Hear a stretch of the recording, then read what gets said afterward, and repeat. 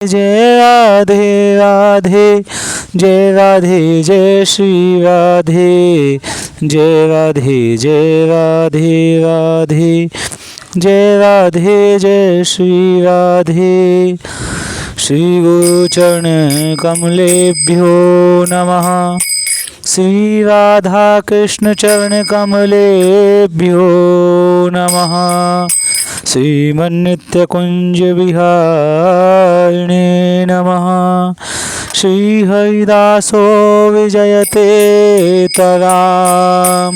श्री गुरुचरण कमलेभ्यो नमः। श्री हरिदासो विजयते तराम। ओम नमो भगवते वासुदेवाय।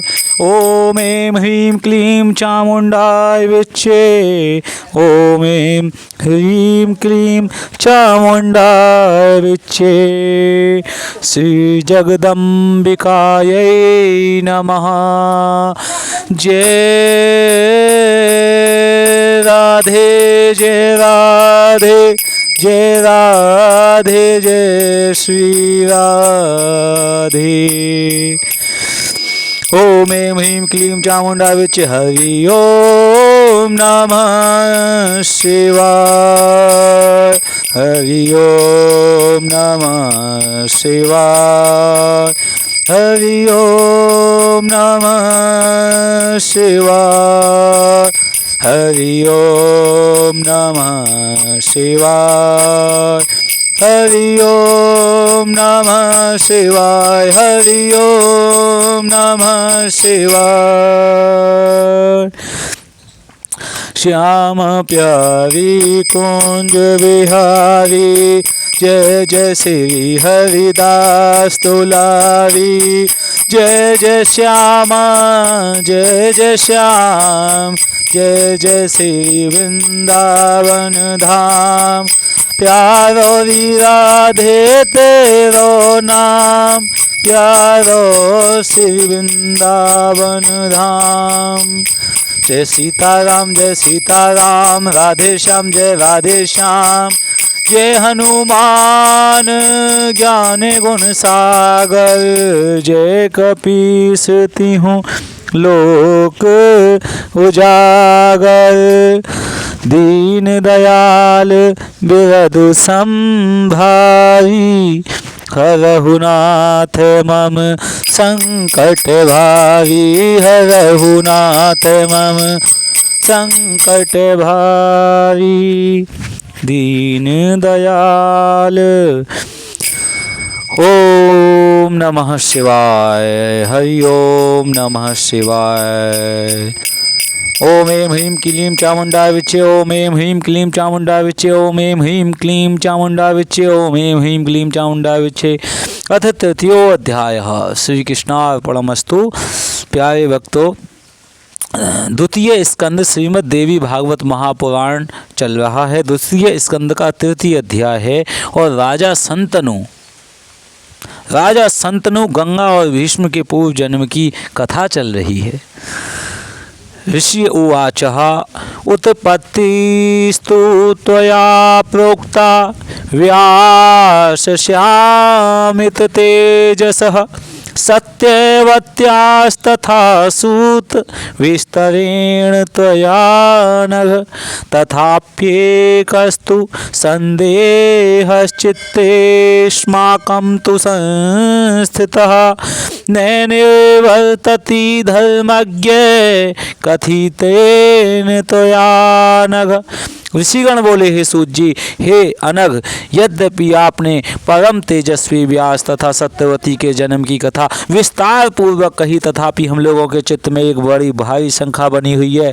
शंका, हे धर्मज्ञ, हे अनघ, वह शंका आपके कहने पर भी दूर नहीं हो रही है। और व्यास जी की कल्याणमयी माता जो सत्यवती नाम से जानी जाती थीं, वे धर्मात्मा राजा शंतनु को कैसे प्राप्त हुईं? कुल तथा आचरण से हीन उस निषाद कन्या का पूर्व कुल में उत्पन्न उन धर्मात्मा राजा ने स्वयं कैसे वर्ण कर लिया? आप कृपा करके हम लोगों को यह भी बतलाइए कि राजा शंतनु की पहली पत्नी कौन थी? वसु के अंश से उत्पन्न मेधावी भीष्म उनके पुत्र कैसे हुए? हे सूत जी, आप यह पहले ही कह चुके हैं कि सत्यवती के वीरपुत्र चित्रांगद को अमित तेज वाले भीष्म ने राजा बनाया था और वीर चित्रांगद के मारे जाने पर उनके अनुज तथा सत्यवती के पुत्र विचित्र वीर्य को उन्होंने राजा बनाया। रूप संपन्न तथा ज्येष्ठ पुत्र धर्मात्मा भीष्म के रहते हुए विचित्र वीर्य ने राज्य कैसे किया और सब कुछ जानते हुए भी भीष्म ने उन्हें राज्य पर कैसे स्थापित किया? विचित्र वीर्य के मरने पर अत्यंत दुखित माता सत्यवती ने अपने दोनों पुत्र वधुओं से 2 गोलक पुत्र कैसे उत्पन्न कराए? उन सुंदरी सत्यवती ने उस समय ज्येष्ठ पुत्र भीष्म को राजा क्यों नहीं बनाया और उन पराक्रमी भीष्म ने अपना विवाह क्यों नहीं किया? अमित तेजस्वी बड़े भाई व्यास जी ने ऐसा धर्म क्यों किया कि जो उन्होंने नियोग द्वारा 2 पुत्र उत्पन्न किए? पुराणों के रचयिता व्यास मुनि ने धर्मज्ञ होते हुए भी ऐसा कार्य क्यों किया? हे सूत जी, क्या यही वेदों से अनुमोदित शिष्टाचार है? हे मेधाविन, आप व्यास जी के पुत्र शिष्य हैं। हरे कृष्णा कृष्णा कृष्णा हरे हरे, हरे राम राम राम हरे हरे, हरे कृष्णा कृष्ण कृष्ण हरे हरे, हरे राम हरि ओम नमः शिवाय। ओम त्र्यंबकं यजामहे सुगंधिं पुष्टिवर्धनम् उर्वारुकमेव बन्धनान् मृत्योर्मोक्षीयमामृतात्। ओम त्र्यंबकं यजामहे सुगंधिं पुष्टिवर्धनम् उर्वारुकमेव बन्धनान् मृत्योर्मोक्षीयमामृतात्। ओम त्र्यंबकं यजामहे सुगंधिं पुष्टिवर्धनम् उर्वारुकमेव बन्धनान् मृत्योर्मोक्षीयमामृतात्। ओम त्र्यंबकं यजामहे सुगंधिं पुष्टिवर्धनम् उर्वारुकमेव बन्धनान् मृत्योर्मोक्षीयमामृतात्। कर्पूरगौरं करुणावतारं संसारसारं भुजगेन्द्रहारं सदा वसन्तं हृदयारविन्दे भवं भवानी सहितं नमामि। ओम नमः शिवाय, ओम नमः शिवाय, हर हर बोले नमः शिवाय। ओम नमः शिवाय, ओम नमः शिवाय, हर हर भोले नमः शिवाय। ओम नमः शिवाय, ओम नमः शिवाय, हर हर भोले नमः शिवाय। हरि ओम नमः शिवाय। कर्पूरगौरं करुणावतारं संसारसारं भुजगेन्द्रहारं सदा वसन्तं हृदयारविन्दे भवं भवानी सहितं नमामि। हरे हरे शंभु शंभु शिवो महादेवा, हरे हरे शंभु।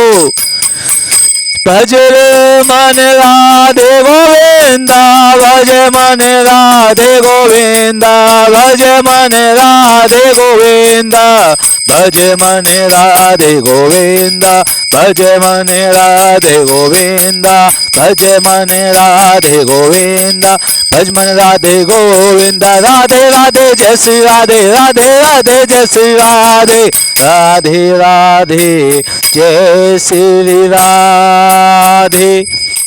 भज मन राधे गोविंद, भज मन राधे गोविंद।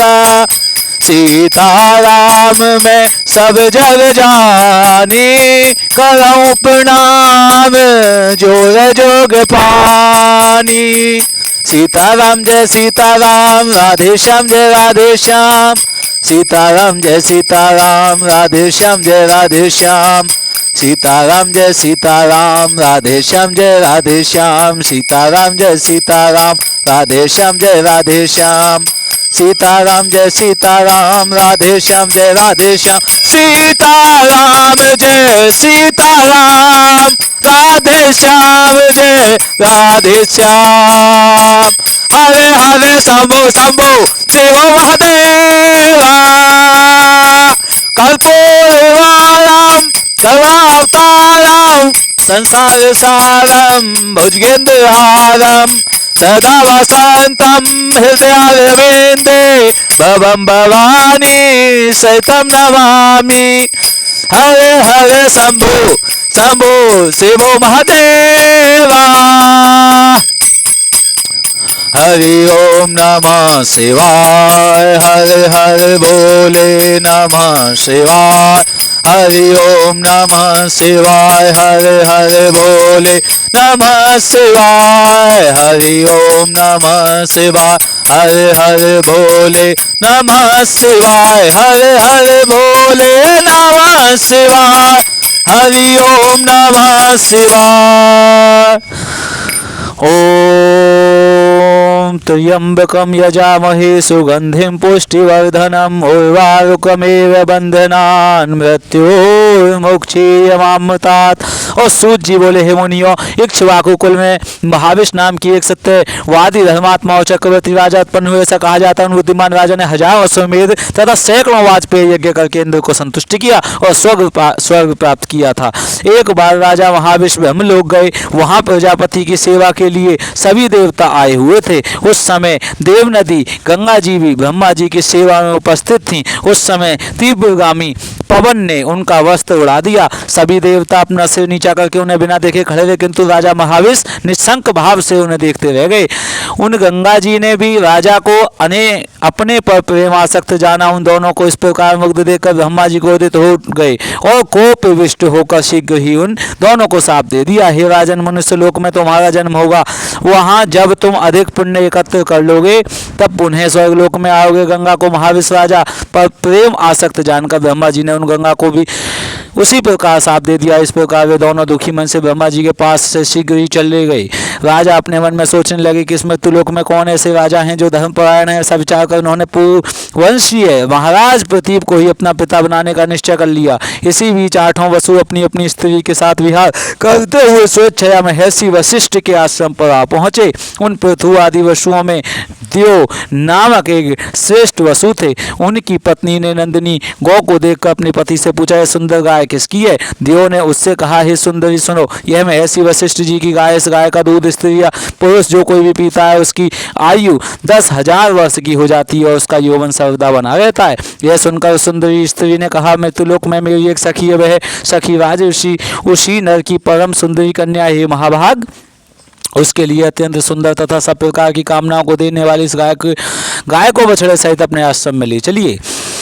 जब मेरी सखी इसका दूध पिएगी तब वह निर्जरा एवं रोग रहित होकर मनुष्य में एकमात्र द्वितीय बन जाएगी। उसका वचन सुनकर देव नाम के वसु ने पृथु आदि 8 वसुओं के साथ जितेंद्र मुनि का अपमान करके नंदिनी का अपहरण कर लिया। नंदिनी का हरण हो जाने पर महातपस्वी वशिष्ठ फल लेकर शीघ्र ही अपने आश्रम पर आ गए। जब मुनि ने अपने आश्रम में बछड़े सहित नंदिनी गाय को नहीं देखा तब वे तेजस्वी वनों एवं गुफाओं में उसे ढूंढने लगे। जब वह गाय नहीं मिली तब वरुण पुत्र मुनि वशिष्ठ जी ध्यान योग से उसे वसुओं के द्वारा हरी गई जानकर अन्य अत्यंत कुपित हुए।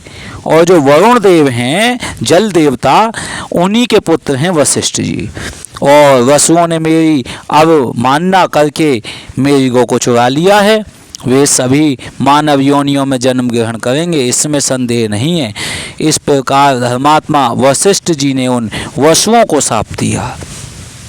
यह सुनकर वे सभी वसु खिन्न मनसक और दुखित हो गए और वहाँ से चल दिए। हमें शाप दे दिया गया है, यह जानकर वे ऋषि वशिष्ठ जी के पास पहुँचे। उन्हें प्रसन्न करते हुए वे सभी वसु उनके शरणागत हो गए।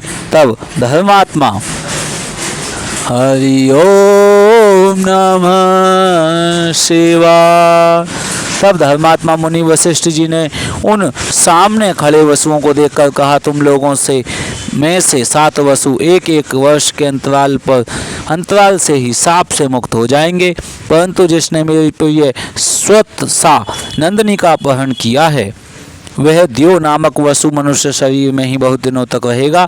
उन अभिशप्त वसुओं ने मार्ग में जाती हुई नदियों में उत्तम गंगा जी को देखकर उन अभिशप्त तथा चिंतातुर गंगा जी से प्रणाम पूर्वक कहा, हे देवी, अमृत पीने वाले हम देवता मानव कुक्षी से कैसे उत्पन्न होंगे, यह हमें महान चिंता है। अतः हे नदियों में श्रेष्ठ, आप ही मानुषी बनकर हम लोगों को जन्म दें। पृथ्वी पर संतनु नामक एक राजर्षि हैं, हे अनघे, आप उन्हीं की भार्या बन जाएं। और हे सोरापागे, हमें क्रमशः जन्म लेने पर आप जल में छोड़ती जाएं। आपके ऐसा करने से हम लोग भी शाप से मुक्त हो जाएंगे, इसमें संदेह नहीं है। गंगा जी ने जब उनसे तथास्तु कह दिया तब वे सब वसु अपने अपने लोक को चले गए और गंगा जी बार बार विचरती हुई वहां से चली गईं। उस समय राजा महाभिष ने राजा प्रतीप के पुत्र के रूप में जन्म लिया। उन्हीं का नाम संतनु पड़ा, जो सत्य प्रतिज्ञ एवं धर्मात्मा राजऋषि हुए। महाराज प्रतीप ने परम तेजस्वी भगवान सूर्य की आराधना की। उस समय जल में से एक परम सुंदर स्त्री निकल पड़ी और वह सुमुखी आकर तुरंत ही महाराज के साल वृक्ष के समान विशाल दाहिने जंघा पर विराजमान हो गई। अंक में बैठी हुई उस स्त्री ने राजा से पूछा, हे वरानने, तुम मुझसे बिना पूछे ही मेरे शुभ दाहिने जंघे पर क्यों बैठ गई?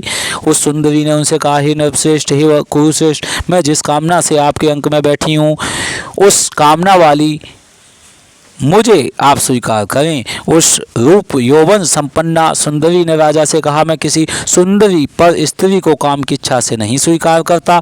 हे भामिनी, हे शुचि स्मृते, तुम मेरे दाहिने जंघे पर प्रेम पूर्वक आकर बैठ गई हो, उसे तुम पुत्रों तथा पुत्र वधुओं का स्थान समझो।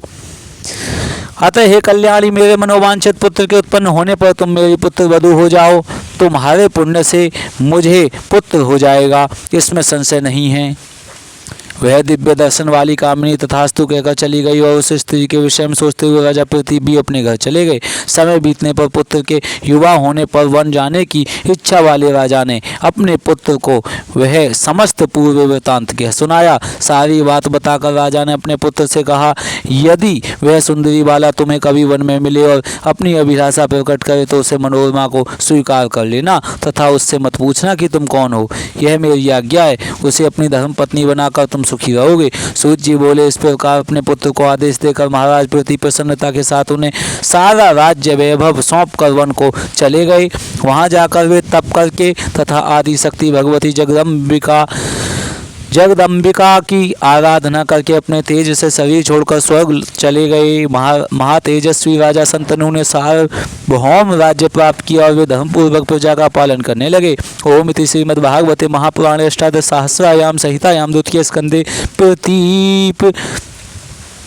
प्रतीप सकाशाक्षन्तु जन्म वर्णनम नाम तृतीयोऽध्याय। श्री कृष्णार्पणमस्तु। ओम नमो भगवते वासुदेवाय। श्री कुंज बिहारी श्री हरिदास। हरि ओम नमः शिवाय। ओम ऐं ह्रीं क्लीं चामुंडा विचे। ओम ऐं ह्रीं क्लीं चामुंडा विचे। ओम ऐं ह्रीं क्लीं चामुंडा विचे। अथ चतुर्थो अध्याय श्रीमद्देवी भागवत महापुराण। अथ चतुर्थो अध्याय गंगा जी द्वारा राजा संतनु का पति रूप में वरण और 7 पुत्रों का जन्म तथा गंगा का उन्हें अपने जल में प्रवाहित करना। 8वें पुत्र के रूप में भीष्म के जन्म तथा उनकी शिक्षा दीक्षा। प्यारे भक्तों, अब कथा चल रही है 4थे अध्याय में। कि गंगा जी द्वारा संतनु का पति रूप में वर्ण, संतनु तो अब पति रूप में आ जाएंगे, और 7 पुत्रों का जन्म तथा गंगा का उन्हें अपने जल में प्रवाहित करना, 8वें पुत्र के रूप में भीष्म का जन्म तथा उनकी शिक्षा दीक्षा। अब सूत जी बोले, प्रतीप के स्वर्ग चले जाने पर सत्य पराक्रमी राजा संतनु व्याघ्र तथा मृगों को मारते हुए मृगया में तत्पर हो गए। किसी समय गंगा के किनारे घने वन में विचरण करते हुए राजा ने मृग के बच्चे जैसी आंखों वाली तथा सुंदर आभूषणों से युक्त एक सुंदर स्त्री को देखा, और उसे देखकर राजा संतनु हर्षित हो गए और सोचने लगे कि साक्षात दूसरी लक्ष्मी के समान रूप यौवन से संपन्न यह स्त्री वही है जिसके विषय में पिताजी ने मुझे बताया था, और ये वही स्त्री है जिसके कारण से गंगा है ये और भीष्म जिनसे उत्पन्न होंगे, और ब्रह्मा जी ने शाप दिया था कि तुम्हारा पल्लू नीचे गिरा, तुम जाओ, तुम्हारा पतन हो। और राजा नभीस जिन्होंने इनको प्रेमपूर्वक देखा उनको भी कह दिया जाओ पृथ्वी लोक पे। तो इस प्रकार से दूसरी लक्ष्मी के समान रूप यौवन से संपन्न यह स्त्री वही है जिसके विषय में पिताजी ने मुझे बताया था। उसके मुख कमल का पान करते हुए राजा तृप्त नहीं हुए। हर्ष तीव्र से उन निष्पाप राजा को रोमांच हो गया और उनका चित्त उस स्त्री में रम गया। वह स्त्री भी उन्हें राजा महाभिष जानकर प्रेमासक्त हो गई। वह मंद मंद मुस्कुराती हुई राजा के सामने खड़ी हो गई। उस सुंदरी को देखकर राजा अत्यंत प्रेम विवश हो गए तथा कोमल वाणी से उसे सांत्वना देते हुए मधुर वचन कहने लगे। हे वामोरु, हे सुमुखी, तुम कोई देवी, मानुषी, गंधर्वी, यक्षी, नाकन्या अथवा अप्सरा तो नहीं हो। हे वरा रोहे, तुम जो कोई भी हो मेरी भार्या बन जाओ। हे सुंदरी, तुम प्रेम पूर्वक मुस्कुरा रही हो, अब मेरी धर्मपत्नी बन जाओ। सूत जी बोले, राजा शांतनु तो निश्चित रूप से नहीं जान सके कि ये वही गंगा है, ये वे ही गंगा हैं, किंतु गंगा ने उन्हें पहचान लिया कि ये संतनु के रूप में उत्पन्न वही राजा महाभीष्म हैं। पूर्वकालीन प्रेम बस राजा संतनु के उस वचन को सुनकर उस स्त्री ने मंद मुस्कान करके यह वचन का स्त्री बोली, ही नवश्रेष्ठ, मैं यह जानती हूँ कि आप महाराज प्रतीप के योग्य पुत्र हैं, अतः भला कौन ऐसी स्त्री होगी जो संयोग बस अपने अनुरूप पुरुष को पाकर भी उसे पति रूप में स्वीकार नहीं करेगी। हे नवश्रेष्ठ, वचनाबद्ध करके ही मैं आपको अपना पति स्वीकार करूंगी। हे राजन, मैं नृपोत्तम, अब आप मेरी शर्त सुनिए जिससे मैं आपका वर्णन कर सकूं। हे राजन, मैं भला बुरा जो भी कार्य करूं आप मुझे मना नहीं करेंगे तथा न कोई ये बात ही कहेंगे। जिस समय आप मेरा यह वचन नहीं मानेंगे उसी समय हे मान्य नृपश्रेष्ठ, मैं आपको त्याग कर जहाँ चाहूँगी उस जगह चली जाऊँगी। उस समय प्रार्थना पूर्वक वसुओं के जन्म ग्रहण करने का स्मरण करके तथा महाभिष के पूर्वकालीन प्रेम को अपने मन में सोच करके गंगा जी ने राजा संतनु के तथास्तु कहने पर उन्हें अपना पति बनाना स्वीकार कर लिया। इस प्रकार मानवीय रूप धारण करने वाली रूपवती तथा सुंदर वर्ण वाली गंगा महाराज संतनु की पत्नी बनकर राजभवन में पहुंच गईं। राजा संतनु उन्हें पाकर सुंदर वन में विहार करने लगे। भावों को जानने वाली वे सुंदरी गंगा भी राजा संतनु के साथ विहार करने लगी। उनके साथ महाराज संतनु को क्रीड़ा करते अनेक वर्ष बीत गए पर उन्हें समय बीतने का बोध भी ही न हुआ। वे उन मृगलोचना के साथ उसी प्रकार विहार करते थे जिस प्रकार इंद्राणी के साथ इंद्र, सर्वगुण संपन्ना गंगा तथा चतुर संतनु भी दिव्य भवन में लक्ष्मी तथा नारायण की भांति विहार करने लगे। इस प्रकार कुछ समय बीतने पर गंगा जी ने महाराज संतनु से गर्भ धारण किया और यथा समय उन सुनैनी ने एक वसु को पुत्र रूप में जन्म दिया। उन्होंने उस बालक को उत्पन्न होते ही तत्काल जल में फेंक दिया। इस प्रकार दूसरे, तीसरे, चौथे, पांचवें, छठे तथा सातवें पुत्र के मारे जाने पर राजा संतनु को बड़ी चिंता हुई। उन्होंने सोचा, अब मैं क्या करूं, मेरा वंश इस पृथ्वी पर सुस्थिर कैसे होगा। इस पापनी ने मेरे 7 पुत्र मार डाले। वो वसु थे जो उनके साथ आए थे। यदि इसे रोकता हूँ तो यह मुझे त्याग कर चल जाएगी। मेरा अभिलाषित 8वां गर्भ भी इसी प्राप्त हो गया है। यदि अब भी मैं इसे रोकता नहीं हूँ तो यह इसे भी जल में फेंक देगी। यह भी मुझे महान संदेह है कि भविष्य में कोई और संतति होगी अथवा या नहीं। यदि उत्पन्न हो भी तो पता नहीं यह दुष्टा उसकी रक्षा करेगी अथवा नहीं। इस संशय की स्थिति में मैं अब क्या करूं? वंश की रक्षा के लिए मुझे कोई दूसरा यत्न करना ही होगा। तदनंतर यथा समय जब 8वां द्यो नामक वसुपुत्र रूप में उत्पन्न हुआ, जिसने अपनी स्त्री के वशीभूत होकर वशिष्ठ की नंदिनी गौ का हरण कर लिया था, तब उस पुत्र को देखकर राजा शंतनु गंगा जी के पैरों पर गिरते हुए कहने लगे, हे तवंगी, मैं तुम्हारा दास हूँ। हे शुचि स्मृते, मैं प्रार्थना करता हूँ, मैं इस पुत्र को पालना चाहता हूँ, अतः इसे जीवित ही मुझे दे दो। हे कर भोरु, तुमने मेरे 7 सुंदर पुत्रों को मार डाला, किंतु इस 8वें पुत्र की रक्षा करो। हे सुश्रोणी, मैं तुम्हारे पैरों पड़ता हूँ और इसके बदले तुम मुझसे जो मांगोगी वह दुर्लभ वस्तु मैं तुम्हें दे दूंगा। अब तुम मेरे वंश की रक्षा करो। विद्वानों ने कहा है कि पुत्रहीन मनुष्य की स्वर्ग में भी गति नहीं होती। इसी कारण हे सुंदरी, अब मैं इस 8वें पुत्र के लिए याचना करता हूँ। राजा शंतनु के ऐसा कहने पर भी जब गंगा उस पुत्र को लेकर जाने को उद्यत हुई, तब उन्होंने अत्यंत कुपित एवं दुखित होकर उनसे कहा, हे पापनी, अब मैं क्या करूं? क्या तुम नरक से भी नहीं डरती? तुम कौन हो? लगता है कि तुम पापियों की पुत्री हो, तभी तो तुम सदा पाप कर्म में लगी रहती हो। अब तुम जहाँ चाहो वहाँ जाओ या रहो, किंतु यह पुत्र यहीं रहेगा। हे पापनी, अपने वंश का अंत करने वाली ऐसी तुम्हें रख कर भी मैं क्या करूँगा? राजा के ऐसा कहने पर उस नवजात शिशु को लेकर जाती हुई गंगा ने क्रोधपूर्वक उनसे कहा, पुत्र की कामना वाली मैं भी इस पुत्र को वन में ले जाकर पालूंगी। शर्त के अनुसार अब मैं चली जाऊंगी, क्योंकि आपने मेरा वचन तोड़ा है। हे राजन, मुझे आप गंगा जानिए। देवताओं का कार्य संपन्न करने के लिए ही मैं यहाँ आई थी। महात्मा वशिष्ठ ने प्राचीन काल में 8 वसुओं को शाप दिया था कि तुम सब मनुष्य योनि में जन्म जाकर लो। तब चिंता से व्याकुल होकर 8 वसु मुझे वहां स्थित देखकर कहने लगे, हे अनघे, आप हमारी माता बने। अतः हे नरश्रेष्ठ, उन्हें वरदान देकर मैं आपकी पत्नी बन गई। आप ऐसा समझ लीजिए कि देवताओं का कार्य सिद्ध करने के लिए ही मेरा जन्म हुआ है। वे 7 वसु तो आपके पुत्र बनकर ऋषि के शाप से विमुक्त हो गए। ये 8वां वसु कुछ समय तक आपके पुत्र रूप में विद्यमान रहेगा। अतः हे महाराज शंतनु, मुझ गंगा के द्वारा दिए हुए पुत्र को आप स्वीकार कीजिए। इसे 8वां वसु जानते हुए आप पुत्र सुख का भोग करें, क्योंकि हे महाभाग्य गांगेय बड़ा ही बलवान होगा। अब इसे मैं वहीं ले जा रही हूँ जहाँ मैंने आपका पति रूप से वर्ण किया था। हे राजन, इसे पालकर इसके युवा होने पर मैं पुनः आपको दे दूंगी, क्योंकि मातृहीन बालक न जी पाता है और न सुखी रह पाता। ऐसा कहकर उस बालक को लेकर गंगा वहीं अंतर्ध्यान हो गई। राजा भी अत्यंत दुखित होकर अपने राजभवन में रहने लगे। महाराज शंतनु स्त्री तथा पुत्र के वियोग जन्य महान कष्ट का सदा अनुभव करते हुए भी किसी प्रकार राज्य का कार्य संभालने लगे। कुछ समय बीतने पर महाराज आखेट के लिए वन में गए। वहाँ अनेक प्रकार के मृगणों, भैंसों तथा सूकरों को अपने बाणों से मारते हुए वे गंगा जी के तट पर जा पहुँचे। उस नदी में बहुत थोड़ा जल देखकर वे राजा शंतनु बड़े आश्चर्य में पड़ गए। उन्होंने वहाँ नदी के किनारे खेलते हुए एक बालक को महान धनुष को खींचकर बहुत से बाणों को छोड़ते हुए देखा। उसे देखकर राजा शंतनु बड़े विस्मित हुए और कुछ भी नहीं जान पाए।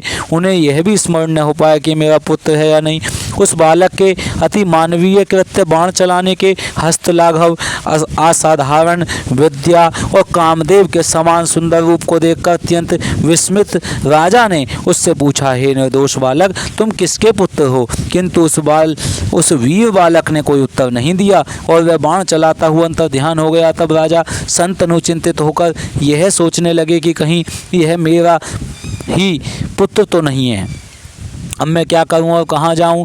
जब उन्होंने वहीं खड़े होकर समाहित चित्त से गंगा जी की स्तुति की, तब गंगा जी ने प्रसन्न होकर पहले के ही समान एक रूपवती स्त्री के रूप में उन्हें दर्शन दिया। सर्वांग सुंदरी गंगा जी को देखकर राजा शंतनु बोले, हे गंगे, यह बालक कौन था और कहाँ चला गया?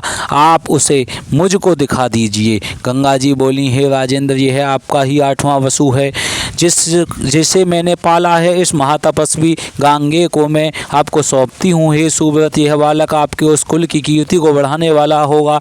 इसे सभी वेद शास्त्र एवं शाश्वत धनुर्वेद की शिक्षा दी गई है।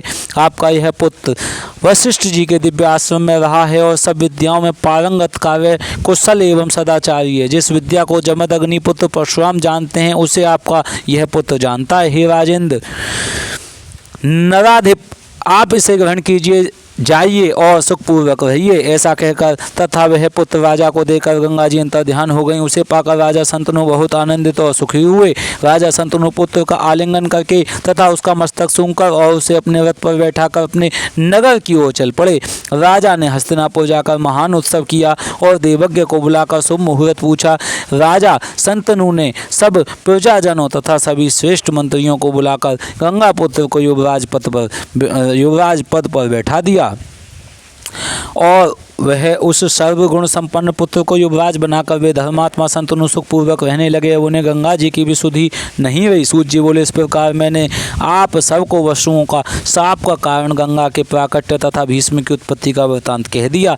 जो मनुष्य गंगा अवतरण तथा वसुओं के उद्भव की इस पवित्र कथा को सुनता है, वह सब प्रकार के पापों से मुक्त हो जाता है, इसमें संदेह नहीं है। हे मुनि श्रेष्ठो, मैंने यह पवित्र पुण्यदायक तथा वेद सम्मत पौराणिक आख्यान जैसा व्यास जी के मुखारविंद से सुना था, वैसा आप लोगों से कह दिया है। द्वैपायन व्यास जी के मुख से निश्चितः यह श्रीमद् देवी भागवत महापुराण बड़ा ही पवित्र, अनेकानेक कथाओं से परिपूर्ण तथा सर्ग प्रतिसर्ग आदि 5 पुराण लक्षणों से युक्त है। हे मुनि श्रेष्ठो, सुनने वालों के समस्त पापों का नाश करने वाली, कल्याणकारी, सुखदायक तथा पुण्यप्रद इस इतिहास का मैंने आप लोगों से वर्णन कर दिया। ओम इति श्रीमद्भागवते महापुराणे अष्टादश सहस्रायाम संहितायाम द्वितीय स्कंदे देवव्रतोपत्ति वर्णनम नाम चतुर्थो अध्याय। श्री कृष्णार्पणमस्तु।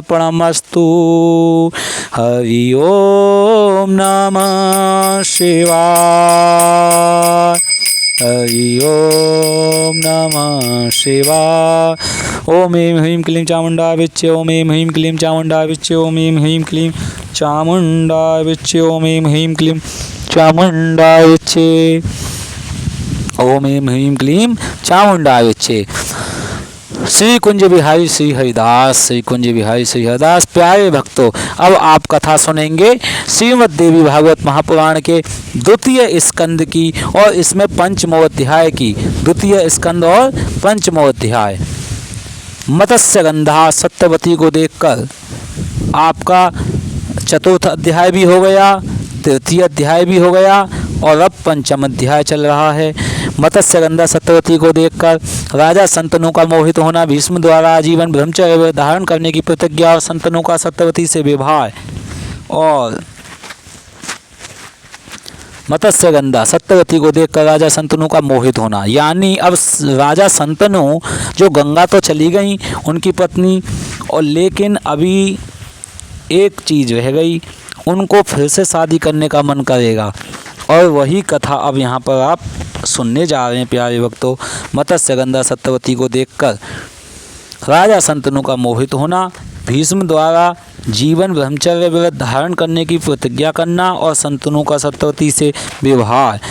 ऋषिगण बोले, हे लोम हसण तने सूत जी, आपने शापवश अष्टवसुओं के जन्म की तथा गंगा जी के उत्पत्ति का वर्णन किया। हे धर्मज्ञ व्यास जी की सत्यवती नाम की सत्यवती माता जो पवित्र गंध वाली थी, उसकी कथा आप हमें सुनाइए।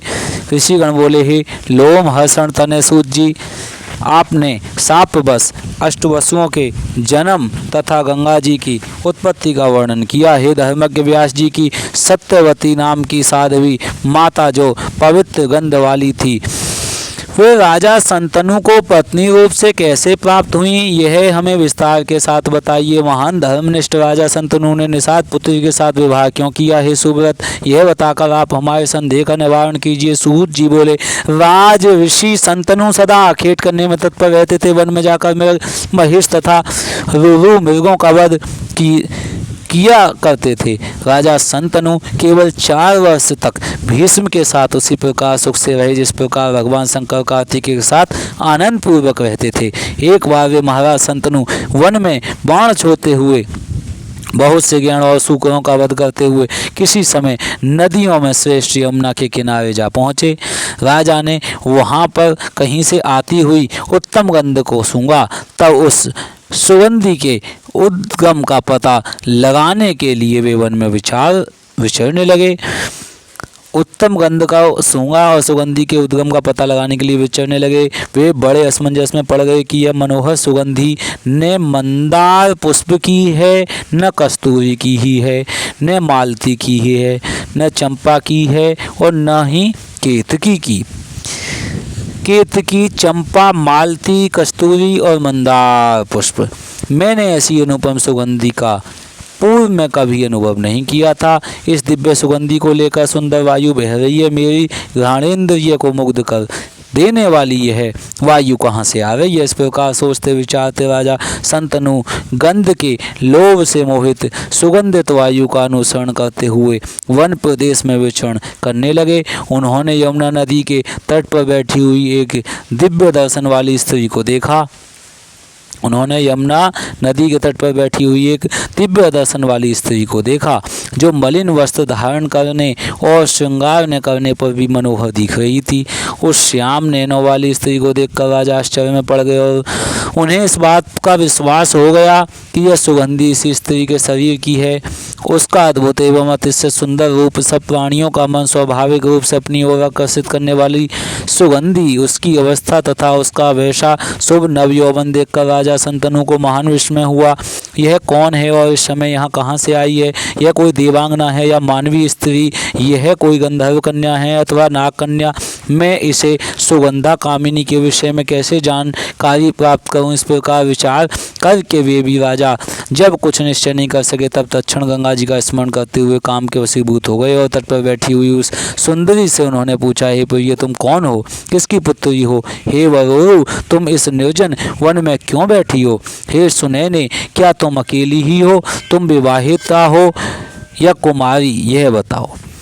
हे अराल नेत्रे, तुम जैसी मनोरमा स्त्री को देखकर मैं कामातुर हो गया हूँ। हे प्रिय, विस्तार पूर्वक मुझे यह बतलाओ कि तुम कौन हो और क्या करना चाहती हो? महाराज शंतनु के वचन सुनकर यह सुंदर दांतों वाली तथा कमल के समान नैनों वाली स्त्री मुस्कुराकर बोली, हे राजन, आप मुझे निषाद कन्या और अपने पिता की आज्ञा में रहने वाली कन्या समझें। हे नृपेंद्र, मैं अपने धर्म का अनुसरण करती हुई जल में यह नौका चलाती हूँ। हे अर्थपते, पिताजी अभी ही घर गए हैं। आपके सम्मुख ये बातें मैंने सत्य कही हैं। यह कहकर वह निषाद कन्या मौन हो गई। तब काम से पीड़ित महाराज शंतनु ने उससे कहा, मुझ कुरुवंशी वीर को तुम अपना पति बना लो, जिससे तुम्हारा यौवन व्यर्थ न जाए। मेरी कोई दूसरी पत्नी नहीं है, अतः हे मृगनयनी, तुम मेरी धर्म पत्नी बन जाओ। हे प्रिय, मैं सर्वदा के लिए तुम्हारा वशवर्ती दास बन जाऊंगा। मुझे कामदेव पीड़ित कर रहा है।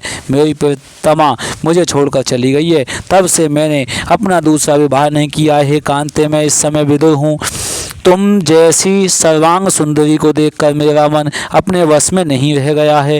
राजा की अमृत रस के समान मधुर तथा मनोहारी बात सुनकर वह दास कन्या सुगंधा सात्विक भाव से युक्त होकर धैर्य धारण करके राजा से बोली, हे राजन, आपने मुझसे जो कुछ कहा वह यथार्थ है, किंतु आप अच्छी तरह जान लीजिए कि मैं स्वतंत्र नहीं हूँ। मेरे पिताजी भी मुझे दे सकते हैं, अतएव मेरे पिताजी ही मुझे दे सकते हैं, अतएव आप उन्हीं से मेरे लिए याचना कीजिए। मैं एक निषाद की कन्या होती हुई भी स्वेच्छाचारिणी नहीं हूँ। मैं सदा पिता के वश में रहती हुई सब काम करती हूँ। यदि मेरे पिताजी मुझे आपको देना स्वीकार कर लें, तब आप मेरा पाणी ग्रहण कर लीजिए और मैं सदा के लिए आपके अधीन हो जाऊंगी। हे राजन, परस्पर आसक्त होने पर भी कुल की मर्यादा तथा परंपरा के अनुसार धैर्य धारण करना चाहिए। सूत जी बोले। उस सुगंधा की यह बात सुनकर कामातुर राजा उसे मांगने के लिए निषाद राज के घर गए। इस प्रकार महाराज शंतनु को अपने घर आया देखकर निषाद राज को बड़ा आश्चर्य हुआ और उन्हें प्रणाम करके हाथ जोड़कर वह बोला। निषाद ने कहा, हे राजन, मैं आपका दास हूँ। आपके आगमन से मैं कृतकृत्य हो गया हूँ। हे महाराज, आप जिस कार्य के लिए आए हों मुझे आज्ञा दीजिए। राजा बोले, हे अनग, यदि आप अपनी यह कन्या मुझे प्रदान कर दें तो मैं इसे अपनी धर्म पत्नी बना लूँगा। यह मैं सत्य कह रहा हूँ। निषाद ने कहा, हे महाराज, यदि आप मेरे इस कन्या रत्न के लिए प्रार्थना करें तो मैं अवश्य दूंगा, क्योंकि देने योग्य वस्तु तो कभी अदेय नहीं होती। किंतु हे महाराज, आपके बाद इस कन्या का पुत्र ही राजा के रूप में अभिषिक्त होना चाहिए, आपका दूसरा पुत्र नहीं। सूत जी बोले, निषाद की बात सुनकर राजा संतनु चिंतित हो उठे। उस समय मन में भीष्म का स्मरण करके राजा कुछ भी उत्तर न दे सके। तब कामातुर तथा चिंतित राजा राजमहल में चले गए। उन्होंने घर जाने पर न स्नान किया, न भोजन किया और न शयन ही किया। तब उन्हें चिंतित देखकर पुत्र देवव्रत राजा के पास जाकर उनकी चिंता का कारण पूछने लगे। हे नृपश्रेष्ठ, कौन सा ऐसा शत्रु है जिसको आप जीत न सके, मैं उसे आपके अधीन कर दूं। हे नृपोत्तम, आपकी क्या चिंता है, मुझे सही सही बताइए। हे राजन, भला उस उत्पन्न हुई पुत्र से क्या लाभ जो पैदा होकर अपने पिता का दुख न समझे तथा उसको दूर करने का उपाय न कर सके। ऐसा कुपुत्र तो पूर्व जन्म के किसी ऋण को वापस लेने के लिए यहाँ आता है, इसमें किसी प्रकार का संदेह नहीं है। दशरथ के पुत्र रामचंद्र जी भी पिताजी की आज्ञा से राज्य त्याग कर लक्ष्मण जी और सीता जी के साथ वन में चले गए और चित्रकूट पर्वत पर निवास करने लगे। इसी प्रकार हे राजन, राजा हरिश्चंद्र का पुत्र जो रोहित नाम से प्रसिद्ध था, अपने पिता की इच्छा अनुसार बिकने के लिए तत्पर हुआ और खरीदा हुआ वह बालक ब्राह्मण के घर में सेवक का कार्य करने लगा। अजीगर्त ब्राह्मण एक श्रेष्ठ पुत्र था जो सुनह सेप नाम से प्रसिद्ध था। खरीद लिए जाने पर वह पिता के द्वारा यूप में बांध दिया गया, जिसे बाद में विश्वामित्र ने छुड़ाया था। ओम नमो भगवते वासुदेवाय। श्री कुंज बिहारी श्री हरिदास। पूर्व काल में पिता की आज्ञा से ही परशुराम ने अपने माता का सिर काट दिया था, ऐसा लोक में प्रसिद्ध है। इस अनुचित कर्म को करके भी उन्होंने पिता की आज्ञा का महत्व बढ़ाया था। हे पृथ्वीपते, यह मेरा शरीर आपका ही है, यद्यपि मैं समर्थ नहीं हूँ, फिर भी आप कहिए मैं आपकी क्या सेवा करूँ। मेरे रहते आपको किसी प्रकार की चिंता नहीं होनी चाहिए, मैं आपका असाध्य कार्य भी तत्काल पूरा करूँगा। हे राजन, आप बताइए कि आपको किस बात की चिंता है, मैं अभी धनुष लेकर उसका निवारण कर दूंगा। यदि मेरे इस शरीर से भी आपका कार्य सिद्ध हो सके तो मैं आपकी अभिलाषा पूर्ण करने को तत्पर हूँ। उस पुत्र को धिक्कार है जो समर्थ होकर भी अपने पिता की इच्छा को पूर्ण नहीं करता। जिस पुत्र के द्वारा पिता की चिंता दूर न हुई, उस पुत्र का जन्म लेने का क्या प्रयोजन। सूत जी बोले, अपने पुत्र गांगेय का वचन सुनकर महाराज शंतनु मन में लज्जित हुए, उससे शीघ्र ही कहने लगे। राजा बोले, हे पुत्र, मुझे यही महान चिंता है कि तुम मेरे इकलौते पुत्र हो। यद्यपि तुम बलवान, स्वभामिनी, स्वाभिमानी, रण स्थल में पीठ न दिखाने वाले साहसी पुत्र हो, तथापि केवल एक पुत्र होने के कारण मुझे पिता का जीवन व्यर्थ है। क्योंकि यदि कहीं किसी समर में तुम्हें अमर गति प्राप्त हो गई तो मैं असहाय होकर क्या कर सकूंगा, यही मुझसे सबसे बड़ी चिंता लगी है। इसी कारण मैं आजकल दुखित रहता हूँ। हे पुत्र, इसके अतिरिक्त मुझे दूसरी कोई चिंता नहीं है जिससे मैं तुम्हारे सामने कहूँ। सूत जी बोले, यह सुनकर गांगेय ने वृद्ध मंत्रियों से पूछा कि लज्जा से परिपूर्ण महाराज, मुझे कुछ बता नहीं रहे, आप लोग राजा की भावना जानकर सही एवं निश्चित कारण मुझे बताइए, मैं प्रसन्नतापूर्वक उसे संपन्न करूँगा। यह सुनकर मंत्रीगण राजा के पास गए और सब कारण सही सही जानकर उन्होंने युवराज गांगेय से आकर कह दिया। तब उनका अभिप्राय जानकर गांगेय विचार करने लगे। मंत्रियों के साथ गंगापुत्र देवव्रत उस निषाद के घर शीघ्र गए और प्रेम के साथ विनम्र होकर यह कहने लगे। गांगेय बोले, हे परंतप, आप अपनी सुंदरी कन्या मेरे पिताजी के लिए प्रदान कर दें, यही मैं आपसे प्रार्थना करता हूँ। आपकी ये कन्या मेरी माता हो और मैं इनका सेवक रहूँगा। निषाद ने कहा, हे महाभाग, हे नृपनंदन, आप स्वयं ही इसे अपनी भार्या बनाइए, क्योंकि आपके रहते इसका पुत्र राजा नहीं हो सकेगा। गांगेय बोले, आपकी यह कन्या मेरी माता है, मैं राज्य नहीं करूँगा, इसका पुत्र ही निश्चित रूप से राज्य करेगा, इसमें कुछ भी संदेह नहीं है। निषाद ने कहा, मैंने आपकी बात सही मान ली, परंतु यदि आपका पुत्र बलवान हुआ तो वह बलपूर्वक राज्य को निश्चय ही ले लेगा। गांगेय बोले, हे तात, मैं कभी विवाह नहीं करूँगा, मेरा यह वचन सर्वथा सत्य है, यह मैंने भीष्म प्रतिज्ञा कर ली। सूत जी बोले, गांगेय द्वारा की गई ऐसी प्रतिज्ञा सुनकर निषाद ने उन राजा शंतनु को अपनी सर्वांग सुंदरी कन्या सत्यवती सौंप दी। इस प्रकार राजा शंतनु ने प्रिय सत्यवती से विवाह कर लिया। वे नृपश्रेष्ठ शंतनु पूर्व में सत्यवती से व्यास जी का जन्म नहीं मानते थे। इस प्रकार राजा शंतनु ने प्रिय सत्यवती से विवाह कर लिया। वे नृपश्रेष्ठ शंतनु पूर्व में सत्यवती से व्यास जी का जन्म नहीं जानते थे, क्योंकि व्यास जी का जन्म भी इसी सत्यवती से हो चुका है पराशर मुनि के द्वारा। और शंतनु से अब आगे की संतान होंगी चित्रांगद और विचित्रवीर। हरि ओम नमः शिवाय, हरि ओम नमः शिवाय, हरि ओम नमः शिवाय। ओम ऐं ह्रीं क्लीं चामुंडा विच्चे, ओम ऐं ह्रीं क्लीं चामुंडा विच्चे, ओम ऐं ह्रीं क्लीं चामुंडा विच्चे। श्री कुंज बिहारी श्री हरिदास। ओम नमो भगवते वासुदेवाय। बोलिए प्यारे भक्त श्रीमद्देवी भागवत महापुराण की जय।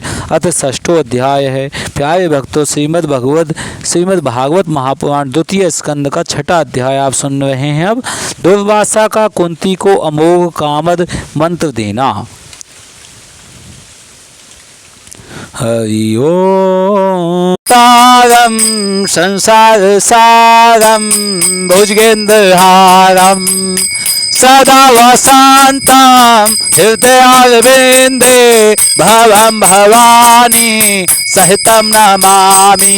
हर हर शंभु शंभु शिवो महादेवा, हर हर शंभु शंभु शिवो महादेवा। कर्पूरगौरम करुणावतारम संसार सारम भुजगेन्द्रहारम सदा वसंतम हृदयारविंदे सभवं भवानी सहितं नमामि।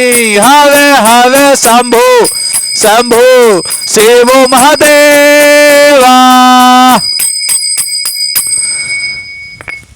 प्यारे भक्तों, अब आप कथा सुनने जा रहे हैं श्रीमद् देवी भागवत महापुराण की, और किस प्रकार से जो है इस कथा में दुर्वासा का कुंती को अमोघ कामद मंत्र दिया जाना, मंत्र के प्रभाव से कन्यावस्था में ही कर्ण का जन्म और कर्ण के जन्म की कथा जो है प्यारे भक्तों आप इसमें सुनने जा रहे हैं। हरि ओम नमः शिवाय, हरि ओम नमः शिवाय।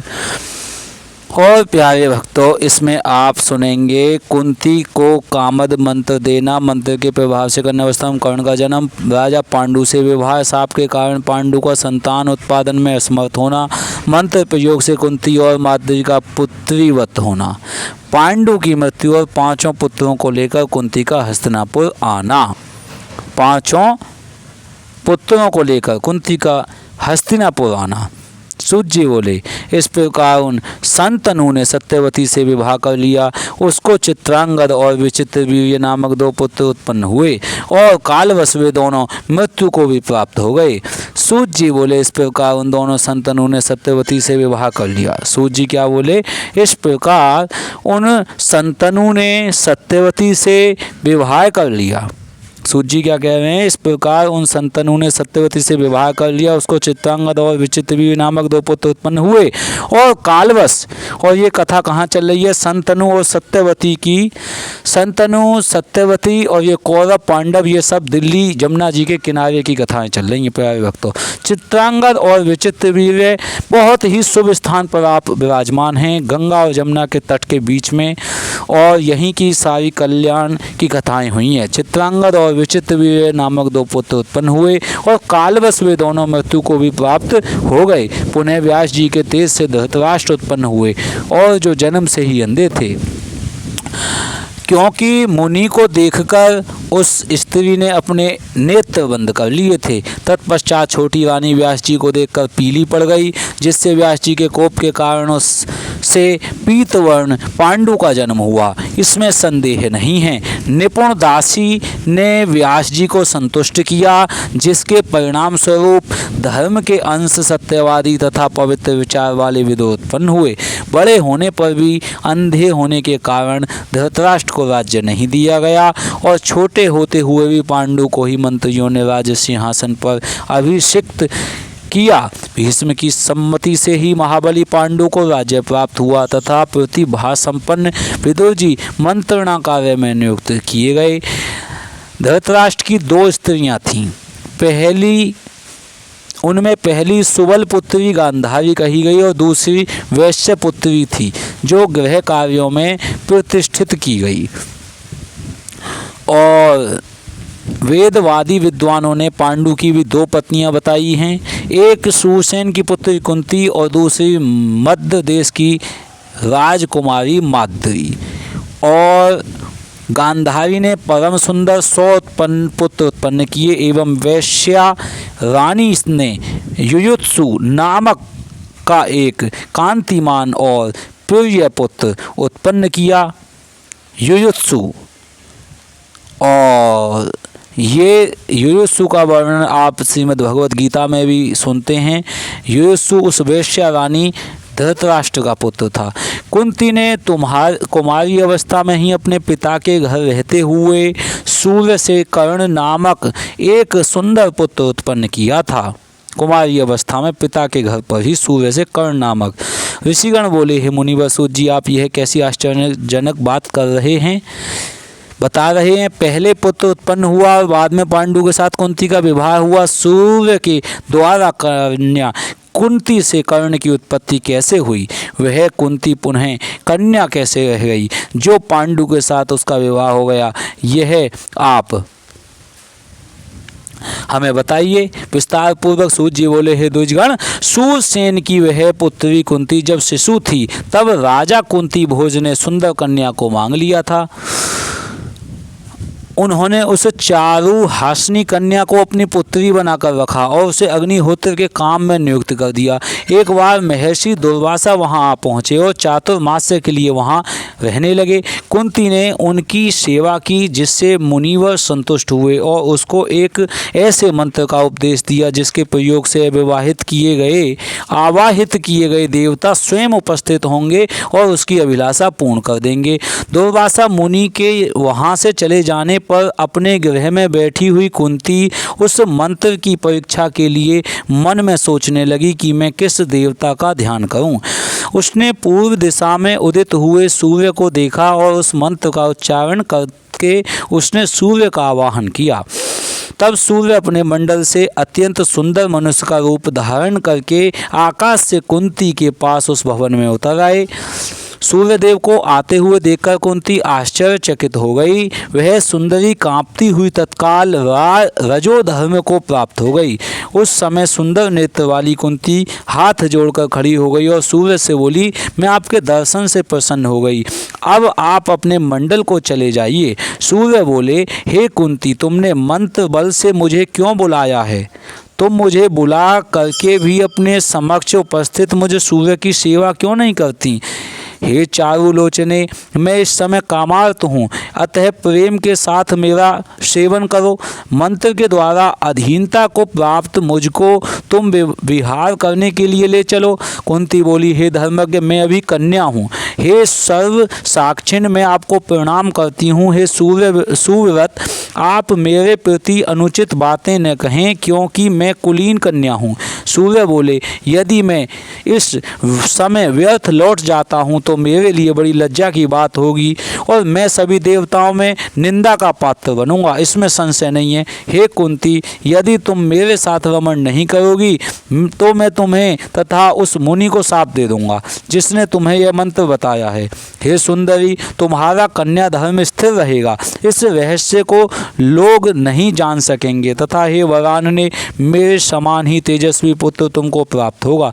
यह कहकर सूर्यदेव अपनी और आसक्त मनवाली एवं लज्जाशील उस कुंती से संसर्ग करके तथा उसे मनोवांछित वरदान देकर चले गए।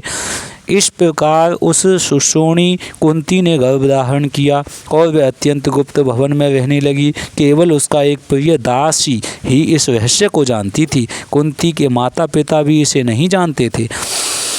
यथा समय उसी गुप्त भवन में कुंती को एक अत्यंत सुंदर पुत्र उत्पन्न हुआ, जो सुंदर कवच तथा 2 कुंडलों से युक्त था और दूसरे सूर्य तथा कुमार कार्तिकेय के समान प्रतीत हो रहा था। धात्री ने उसे अपने हाथ में उठाकर लज्जा युक्त कुंती से कहा, हे सुंदरी, मैं यहाँ हूँ, अतः तुम किस बात की चिंता कर रही हो।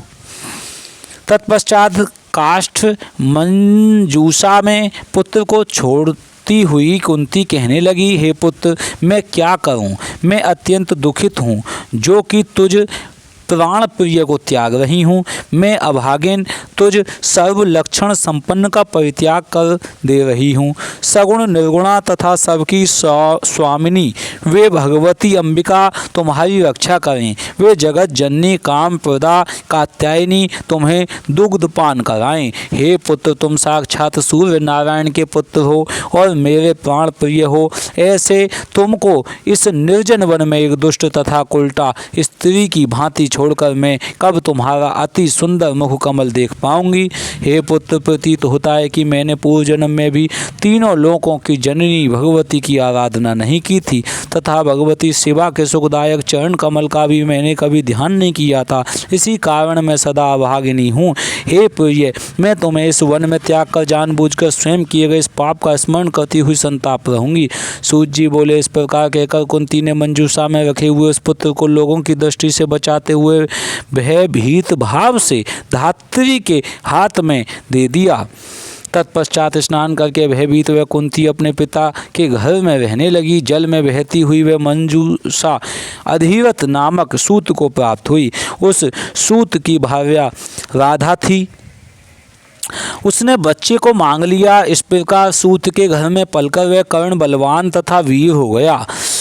इसके बाद स्वयंवर में कुंती का विवाह पांडु के साथ हुआ। उनकी दूसरी पत्नी मध्य देश के राजा की सुलक्षणा कन्या माधवी थी। स्वयंवर में कुंती का विवाह पांडु के साथ हुआ और पांडु की दूसरी पत्नी माधवी थी। एक बार वन में आखेट करने पर तत्पर महाबली पांडु ने मृग समझकर रमण करते हुए एक मुनि पर प्रहार कर दिया। तब वह कुपित मुनि ने पांडु को शाप दे दिया कि यदि तुम स्त्री के साथ संसर्ग करोगे तो तुम्हारी मृत्यु निश्चित है। मुनि ने यह शाप देने पर पांडु शोकाकुल हो गए। वे राज्य त्याग कर अत्यंत दुखित हो वन में रहने लगे। हे मुनिवरों, उनकी 2 पत्नियां माधवी और कुंती भी सती धर्म का आश्रय लेकर उनकी सेवा करने के लिए उनके साथ वन में चली गईं। राजा पांडु गंगा जी के तट पर मुनियों के आश्रमों में रहने लगे और धर्म शास्त्रों का श्रवण करते हुए कठिन तपस्या करने लगे। किसी समय कथा प्रसंग में सम्यक प्रकार से पूछने पर किसी मुनि के द्वारा कहा गया यह धार्मिक वचन राजा ने सुना। हे परंतप, पुत्र की गति नहीं होती, वह स्वर्ग जाने का अधिकारी नहीं होता। अतएव जिस किसी भी उपाय से पुत्र उत्पन्न करना चाहिए। अंसज पुत्री का पुत्र क्षेत्रज गोलक कुंड सहोड़ कानीन क्रीत वन में प्राप्त पालन करने में असमर्थ किसी का दिया हुआ इतने प्रकार के पुत्र पिता की संपत्ति के उत्तराधिकारी कहे गए हैं। अंसज अपने अंश से उत्पन्न हुआ, जन्म किया हुआ। पुत्री का पुत्र यानी देवता भी लिया जा सकता है। क्षेत्रज उस क्षेत्र में जन्मा हुआ। गोलक, कुंड, सहोड़, कानीन, क्रीत और वन में प्राप्त पालन करने में असमर्थ किसी का दिया हुआ यानी 10 प्रकार का पुत्र पिता की संपत्ति के अधिकारी कहे गए हैं। इनमें उत्तरोत्तर एक दूसरे से निकृष्ट पुत्र हैं, यह सुनिश्चित है। इसमें उत्तरोत्तर सबसे ऊपर और एक दूसरे से निकृष्ट पुत्र हैं, फिर सबसे नीचे हैं। यह सुनकर राजा पांडु ने कमल के समान नेत्र वाली कुंती से कहा, तुम किसी तपोनिष्ठ मुनि के पास जाकर शीघ्र पुत्र उत्पन्न करो। राजा पांडु ने कमल ने नेत्र वाली कुंती से कहा, मेरी आज्ञा होने के कारण तुम्हें दोष नहीं लगेगा। मैंने सुना है कि पूर्व काल में महात्मा राजा सौदासन ने वशिष्ठ से पुत्र उत्पन्न कराया था, और पांडु ने खुद कहा है कि कमल वाली कुंती से तुम किसी तपोनिष्ठ मुनि के पास जाकर शीघ्र पुत्र उत्पन्न करो। कुंती उनसे यह वचन बोली, सभी कामनाएं पूर्ण करने वाला एक मंत्र मेरे पास है। प्रभु, पूर्व काल में महर्षि दुर्वासा ने सिद्धि प्रदान करने वाला वह मंत्र मुझे प्रदान किया था। हे राजन, मैं इस मंत्र द्वारा जिस देवता का आवाहन करूँगी वह निमंत्रित होकर निश्चय ही मेरे पास आ जाएगा। पति की आज्ञा से वहाँ कुंती ने देवताओं में श्रेष्ठ धर्मराज का स्मरण करके उनके संयोग से सर्वप्रथम युधिष्ठिर को पुत्र रूप में उत्पन्न किया। तत्पश्चात उसने वायु के द्वारा भीम को और इंद्र के द्वारा अर्जुन को उत्पन्न किया। इस प्रकार एक एक वर्ष के अंतराल में कुंती के 3 महाबली पुत्र उत्पन्न हुए। इसके बाद माद्री ने भी अपने पति पांडु से कहा, हे श्रेष्ठ, मुझे भी पुत्र प्रदान कीजिए। हे महाराज, मैं क्या करूं? हे प्रभु, मेरा दुख दूर कीजिए। तब पति पांडु के प्रार्थना करने पर दयालु कुंती ने वह मंत्र माद्री को बता दिया। सुंदरी माद्री ने भी एक पुत्र की प्राप्ति के लिए पति से अनुमति पाकर अश्विनी कुमारों का स्मरण करके नकुल और सहदेव नामक 2 पुत्र उत्पन्न किए। हे मुनिवरों, इस प्रकार वे 5 पांडव देवताओं के पुत्र थे।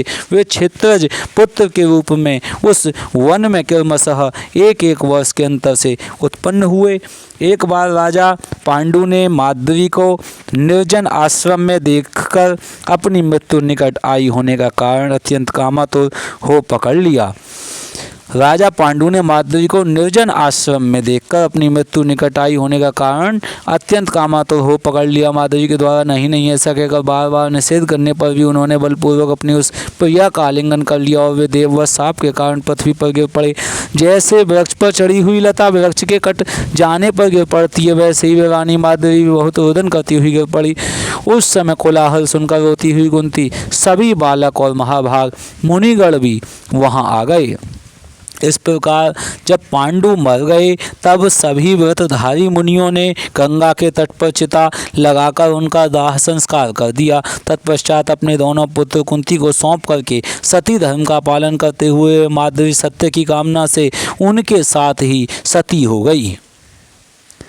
कुंती को सौंप करके सती धर्म, तत्पश्चात दोनों पुत्रों को सती धर्म का पालन करते हुए माद्री सत्य की कामना से उनके साथ सती हो गई। वहाँ के निवासी मुनिगण जलांजलि आदि देकर 5 पुत्रों सहित कुंती को हस्तिनापुर ले आए। धृतराष्ट्र की नगरी हस्तिनापुर में कुंती के आने का समाचार पाकर विदुर आदि सभी लोग वहाँ आ पहुँचे और जब वहाँ आ पहुँचे वहाँ के निवासी मुनिगण जलांजलि देकर पुत्रों सहित कुंती को हस्तिनापुर ले आए।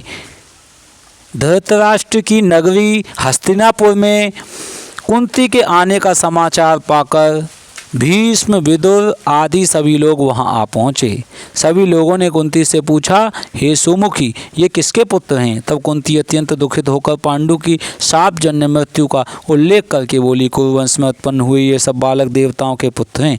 उन्हें विश्वास दिलाने के लिए कुंती ने उस समय सभी देवताओं का आवाहन भी किया। तब उन देवताओं ने आकाश में प्रकट होकर कहा, ये पांचों निसंदेह हम लोगों के पुत्र हैं। भीष्म ने देवताओं के वचन का अनुमोदन किया और कुंती के 5 पुत्रों का स्वागत किया। तत्पश्चात उन पुत्रों तथा वधू कुंती को लेकर भीष्म आदि सभी लोग हस्तिनापुर चले गए और प्रसन्न चित्त होकर प्रयत्न पूर्वक उनका पालन पोषण करने लगे। इस प्रकार पांडव उत्पन्न हुए और भीष्म ने उनका परिपालन किया।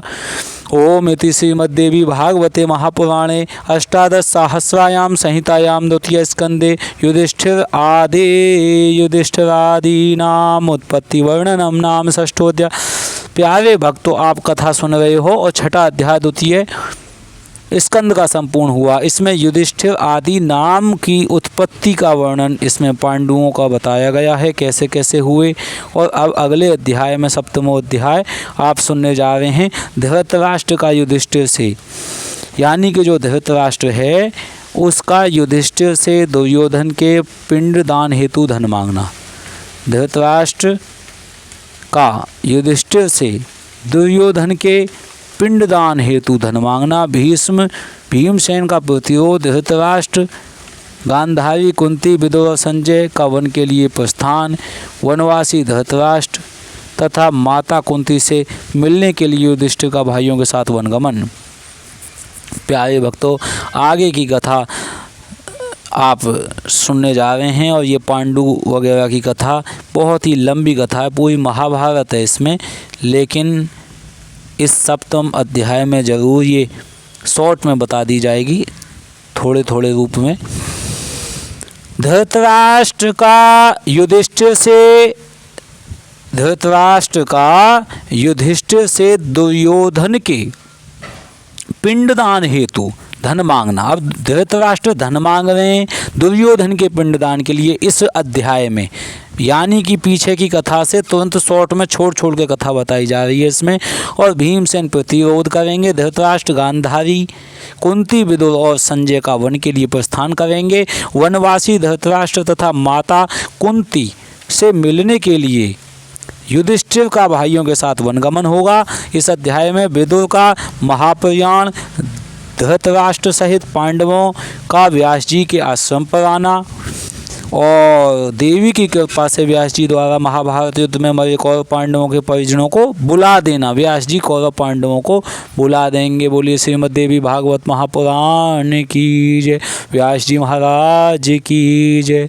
हरि ओम नमः शिवाय, हरि ओम नमः शिवाय, हरि ओम नमः शिवाय, हरि ओम नमः शिवाय, हरि ओम नमः शिवाय, हरि ओम नमः शिवाय, हरि ओम नमः शिवाय।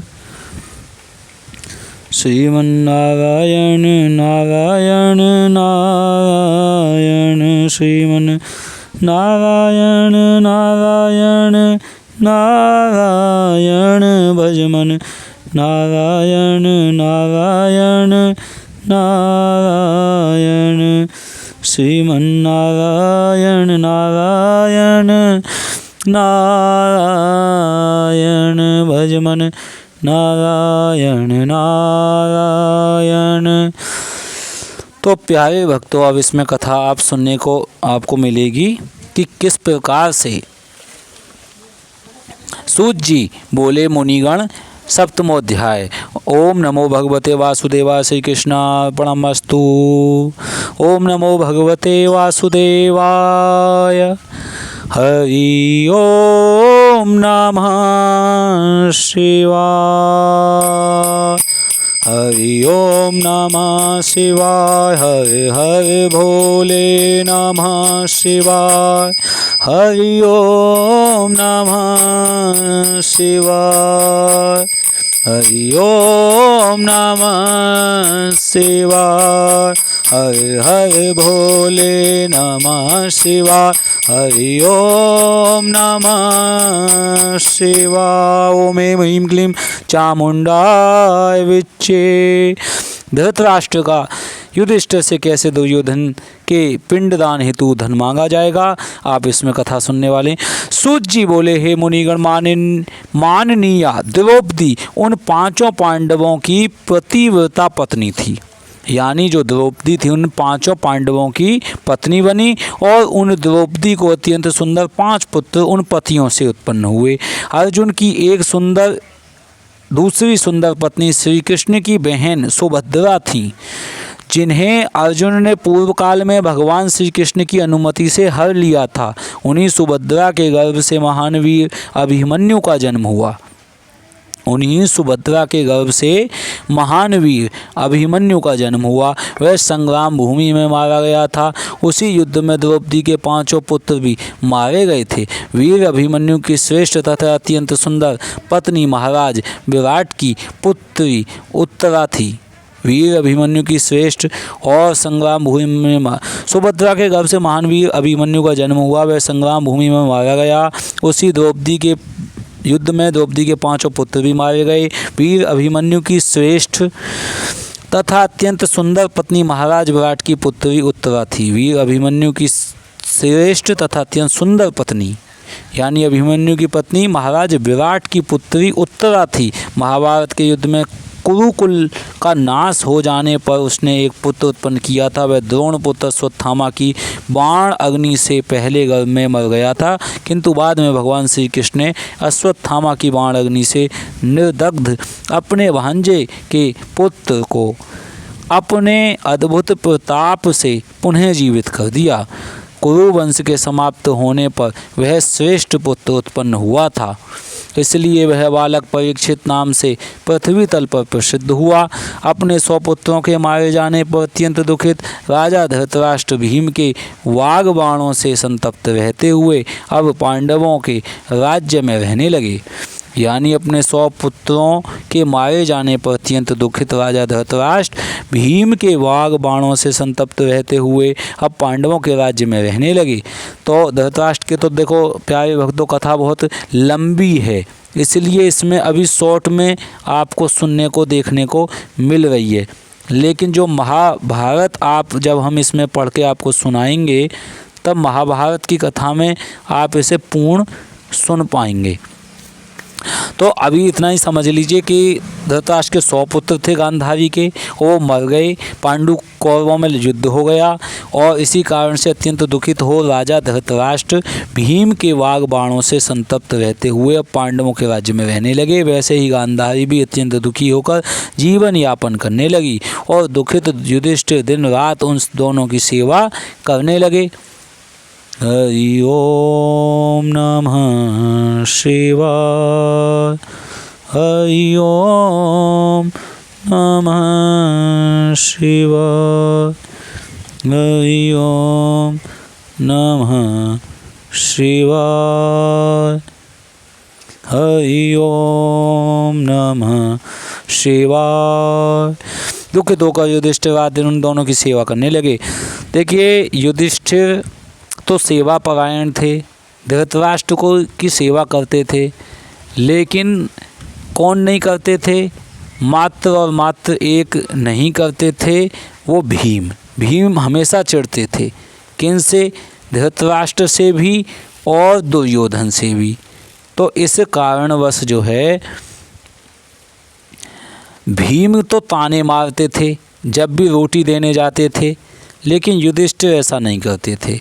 और बाद में विदुर जी ने बोला कि कब तक इनके तानों को आप सुन सुनकर, जो ताने ये मार रहे हैं उन तानों को सुन सुनकर जीवित रहोगे? अब बुढ़ापा आ गया, यहाँ पे आपके बच्चे भी नहीं हैं, अब आपका रहा कौन है? इससे तो आप वन में जाओ और वहाँ रहकर तपस्या करो। ये ऐसा सोच विचार कर उन्होंने, युधिष्ठिर ने नहीं कहा, फिर भी विदुर जी ने कहा, छोटे भाई ने। और इस प्रकार से महात्मा ओम नमो भगवते वासुदेवाय। हरि ओम नमः शिवाय और श्री हनुमते नमः। हनुमान जी महाराज जी की जय हो। महान धर्मात्मा विदुर युधिष्ठिर की अनुमति से अपने भाई धृतराष्ट्र के पास में रहते थे और उन प्रज्ञा चक्षु को समझाते बुझाते रहते थे। धर्मपुत्र धर्मात्मा युधिष्ठिर भी अपने पिता तुल्य पुत्र के पुत्र शोकजनित दुख को विस्मृत कराते हुए उनकी सेवा करने लगे। जिस किसी भी प्रकार यह वृद्ध धृतराष्ट्र सुन ले, यह ध्यान में रखकर भीम अत्यंत क्रोधित होकर अपने वचन रूपी बाणों से उन पर सर्वदा प्रहार करते थे। वहाँ उपस्थित लोगों को सुना सुनाकर भीम कहा करते थे कि मैंने इस दुष्ट अंधे के सभी पुत्रों को रणभूमि में मार डाला और दुशासन के हृदय का रक्त जी भर के पी लिया है। अब यह अंधा निर्लज होकर मेरे दिए हुए पिंड को और कुत्तों की भांति खाता है। अब तो यह व्यर्थ ही जीवन बिता रहा है। भीम इस प्रकार की कठोर बातें प्रतिदिन उन्हें सुनाते थे, परंतु धर्मात्मा युधिष्ठिर यह कहते हुए धृतराष्ट्र को धैर्य प्रदान करते थे कि यह भीम मूर्ख है। युधिष्ठिर कहते थे कि यह भीम मूर्ख है, और इसी प्रकार उस दुखी धृतराष्ट्र ने 18 वर्ष तक वहाँ रहकर धर्मपुत्र युधिष्ठिर से वन में जाने की इच्छा प्रकट की। महाराज धृतराष्ट्र ने धर्मपुत्र युधिष्ठिर से यह भी प्रार्थना की कि अब मैं अपने पुत्रों के लिए विधि पूर्वक पिंडदान करूँगा। यद्यपि भीम ने सभी का और धर्म दैहिक कर्म कर दिया था, किंतु पूर्व वैर का स्मरण करते हुए उन्होंने मेरे पुत्रों का नहीं किया। अतः यदि आप मुझे कुछ धन दें तो मैं अपने पुत्रों का और धर्म दैहिक कर्म करके स्वर्ग फल देने वाला तप करने के लिए वन में चला जाऊंगा। विदुर ने भी एकांत में पवित्र आत्मा धर्मपुत्र युधिष्ठिर से जब ऐसा कहा, तब उन्होंने धनार्थी धृतराष्ट्र को धन देने का निश्चय कर लिया। राजा युधिष्ठिर ने परिवार के सभी जनों को बुलाकर कहा, हे महाभाग, मैं कौरवों का श्राद्ध करने की इच्छुक ज्येष्ठ पिता को धन प्रदान करूंगा। महातेजस्वी ज्येष्ठ भ्राता युधिष्ठिर का वचन सुनकर वायुपुत्र महाबली भीम ने अत्यंत क्रोधित होकर कहा, हे महाभाग, दुर्योधन के कल्याण के लिए राजकोष का धन क्यों दिया जाए? इससे अंधे धृतराष्ट्र को भी सुख मिलेगा। इससे बड़ी मूर्खता और क्या होगी? आपकी दूषित मंत्रणा के फलस्वरूप ही हम लोगों ने वनवास का कठोर कष्ट सहा है।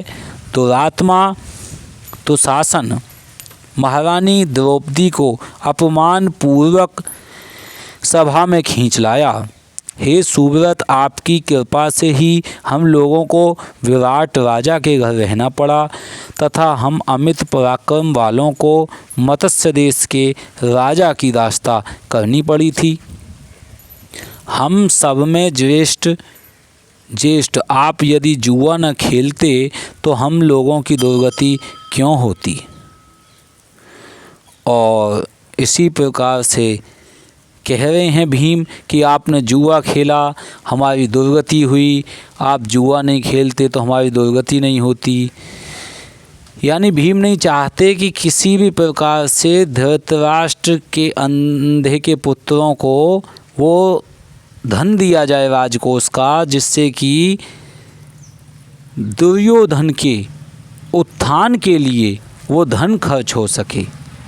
भीम का सोचना है कि जिन लोगों ने हमको इतना कष्ट दिया, हम उनके लिए अपना धन क्यों खर्च करें, उन्हें अधोगति में ही पड़े रहने दें। लेकिन युधिष्ठिर ऐसे नहीं है, वो धर्मराज के पुत्र हैं। भीम वायुपुत्र हैं, बलशाली हैं, वो अपने बल से सोचते हैं ऐसा। तो प्यारे भक्तों, आगे की कथा बहुत सुंदर चल रही है। हम सब में ज्येष्ठ आप यदि जुआ न खेलते तो हम लोगों की क्यों दुर्गति होती? मगध नरेश जरासंध का वध करने वाले मुझ को राजा विराट के यहाँ रसोइया बनना पड़ा। आपके ही कारण इंद्रपुत्र महाबाहु अर्जुन को विराट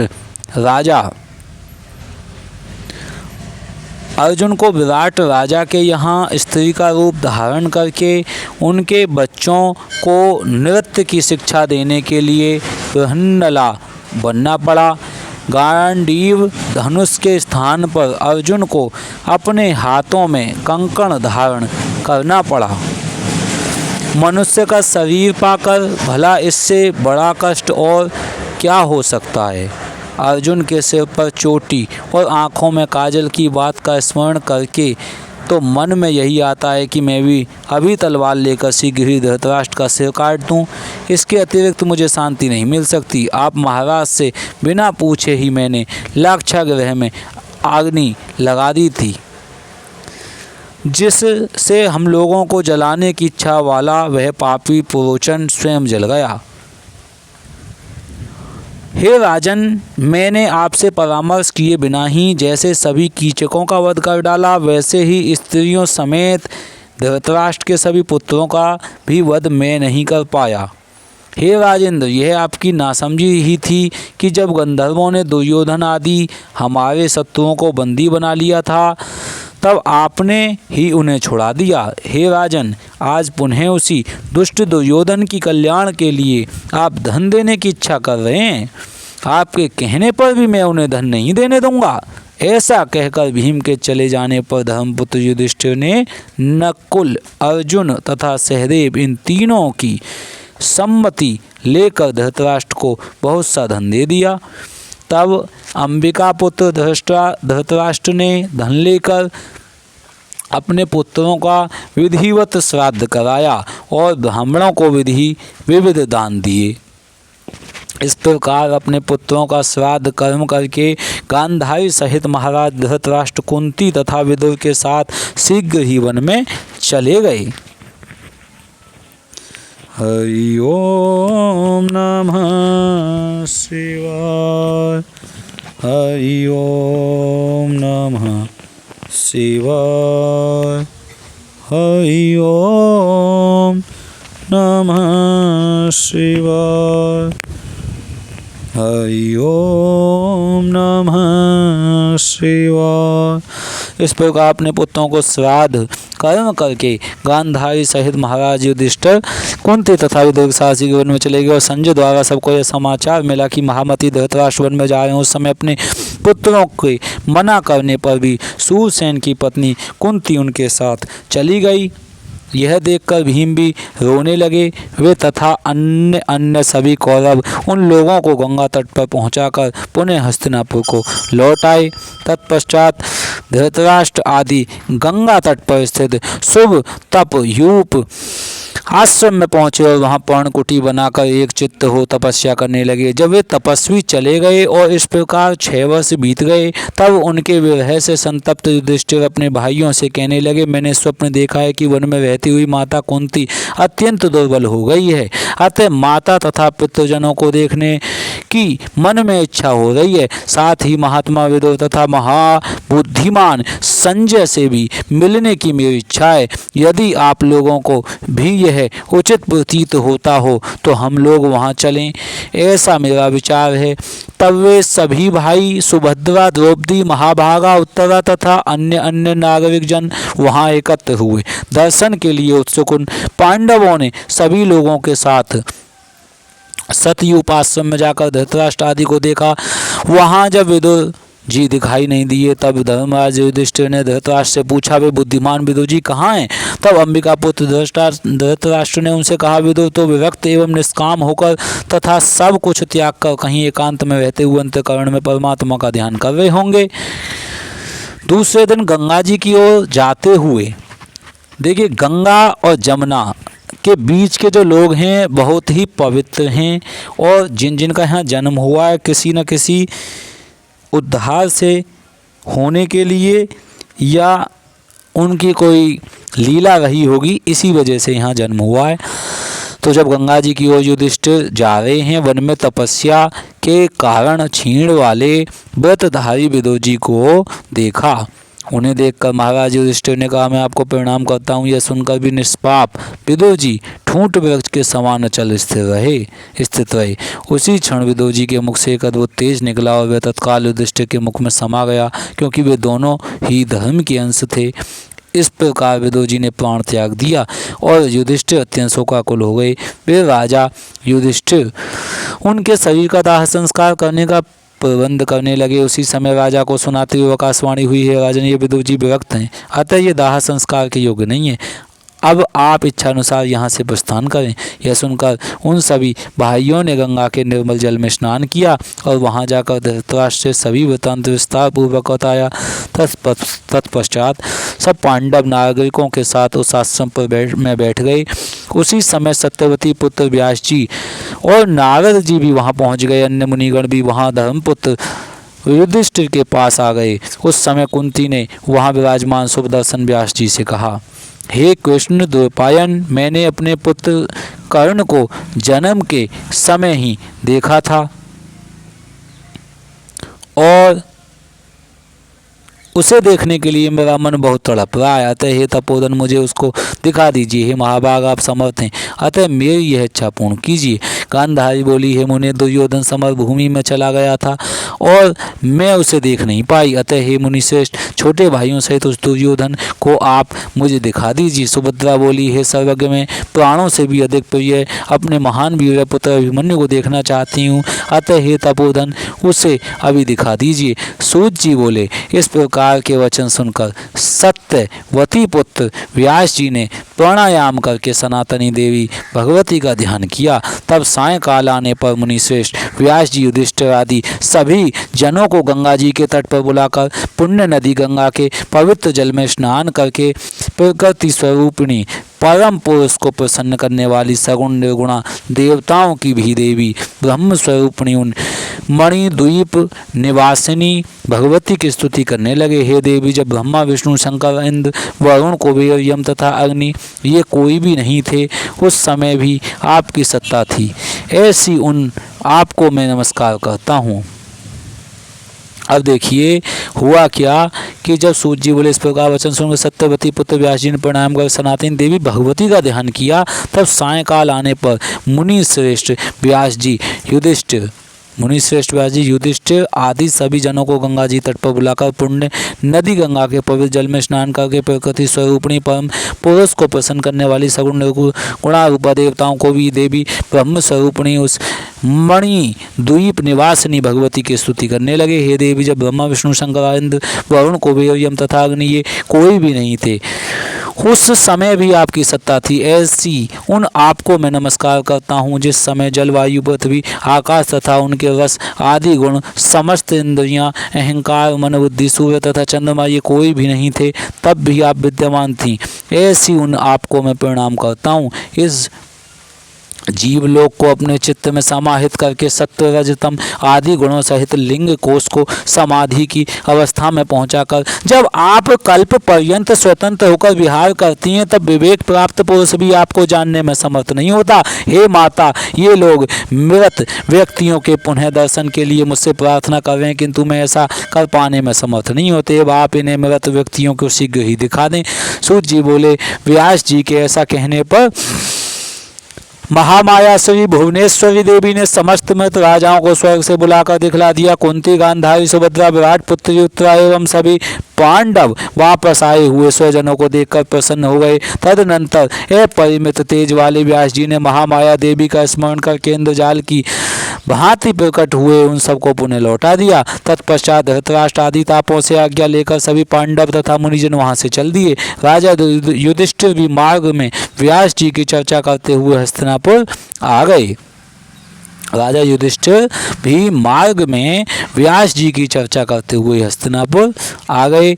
और ओम इति श्रीमद्भागवते महापुराणे अष्टादश सहस्रायां संहितायां द्वितीय स्कंदे पांडवानां कथनाकं मृतानां दर्शन वर्णनम नाम सप्तमोऽध्याय। श्रीकृष्णार्पणमस्तु। ओम नमो भगवते वासुदेवाय। हरि ओम नमः शिवाय। हरि ओम नमः शिवाय। श्रीमद्देवी भागवत महापुराण की जय। ओम ऐं ह्रीं क्लीं चामुंडा विच्चे। ओम ऐं ह्रीं क्लीं चामुंडा विच्चे। ओम ऐं ह्रीं क्लीं चामुंडा विच्चे। ओम ऐं ह्रीं क्लीं चामुंडा विच्चे। ओम ऐं ह्रीं क्लीं चामुंडा विच्चे। राधे राधे। हरि ओम नमः शिवाय। हरि ओम नमः शिवाय।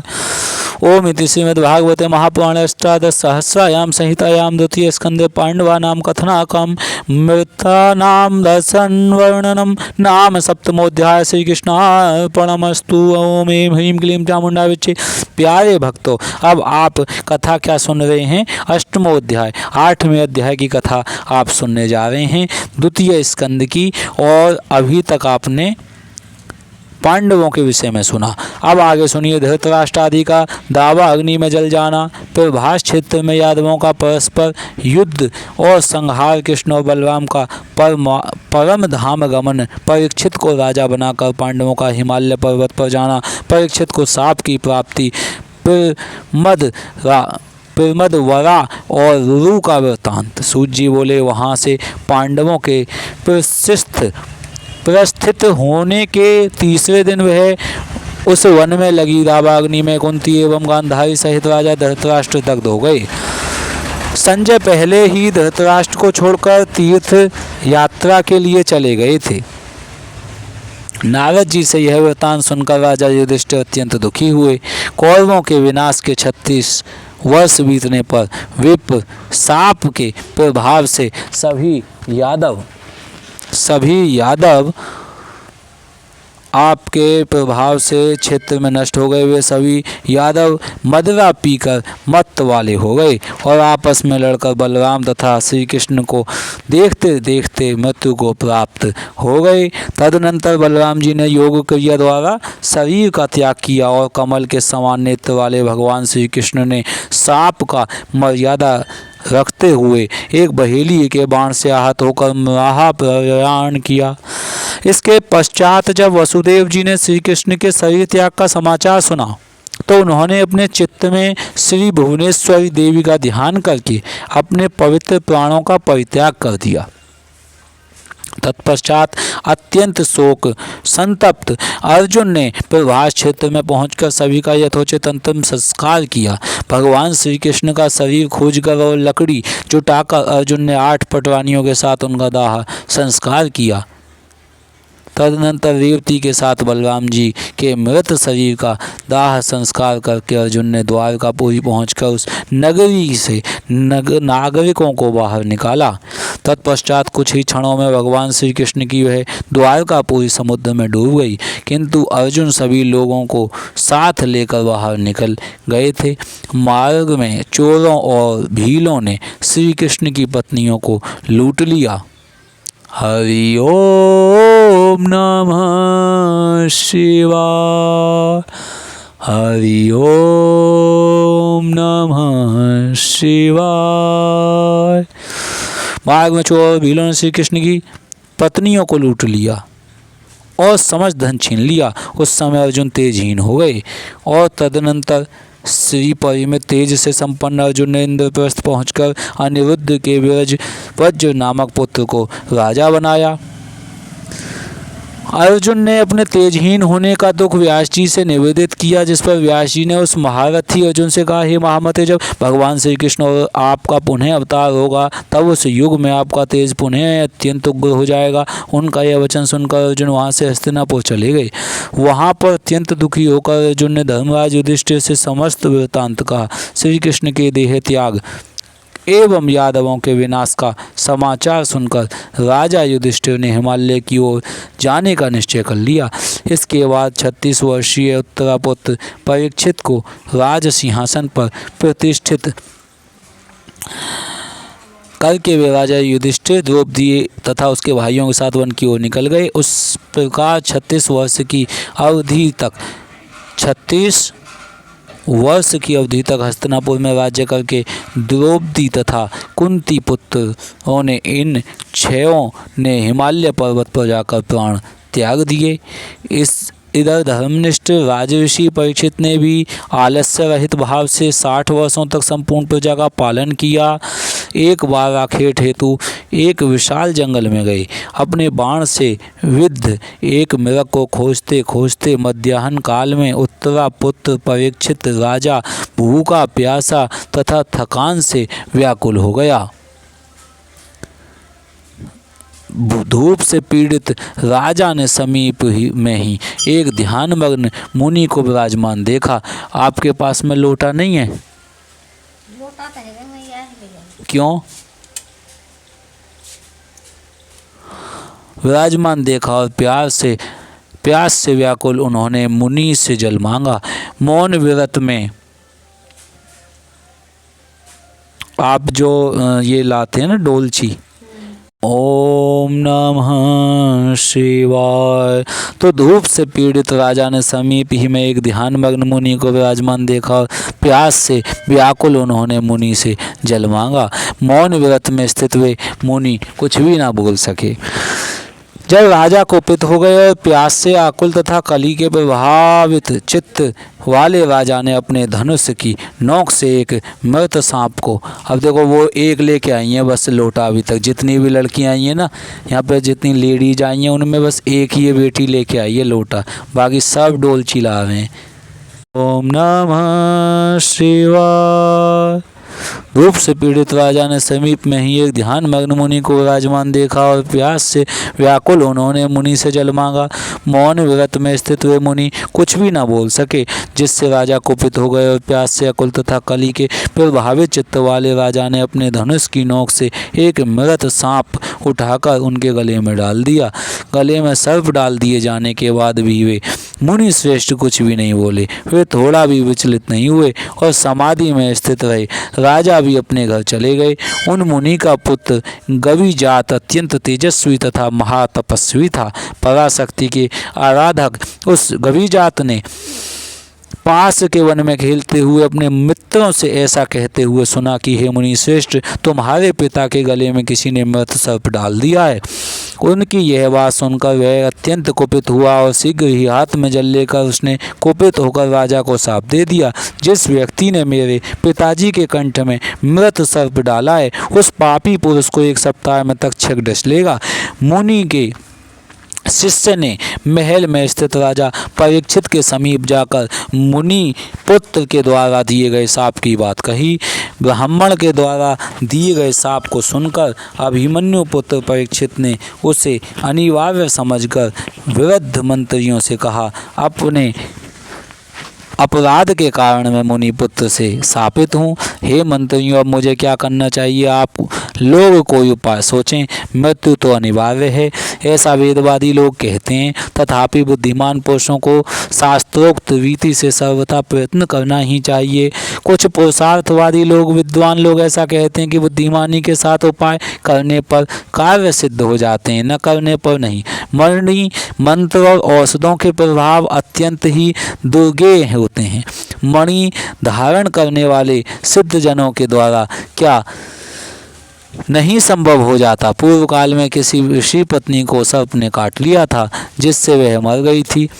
उस समय उस मुनि ने अपनी आयु का आधा भाग देकर उस श्रेष्ठ अप्सरा को जीवित कर दिया था। अतः बुद्धिमान लोगों को चाहिए कि वे भवितव्यता पर विश्वास न करें, उपाय भी करें। हे सचिवों, आप लोगों यह दृष्टांत प्रत्यक्ष देख लें। इस लोक या परलोक में ऐसा कोई भी मनुष्य नहीं दिखाई देता जो केवल भाग्य के भरोसे रहे, उद्यम न करता हो। गृहस्थी से विरक्त मनुष्य सन्यासी होकर जगह जगह भिक्षाटन के लिए बुलाने पर अथवा बिना बुलाए भी गृहस्थों के घर जाता ही है। देवात प्राप्त उस भोजन को भी कोई मुख में डाल देता है? उद्यम के बिना वह भोजन मुख से उदर में कैसे प्रवेश करता है? अतः प्रयत्नपूर्वक उद्यम तो करना ही चाहिए। यदि सफलता न मिले तो बुद्धिमान मनुष्य मन में विश्वास कर ले कि देव यहाँ प्रबल है।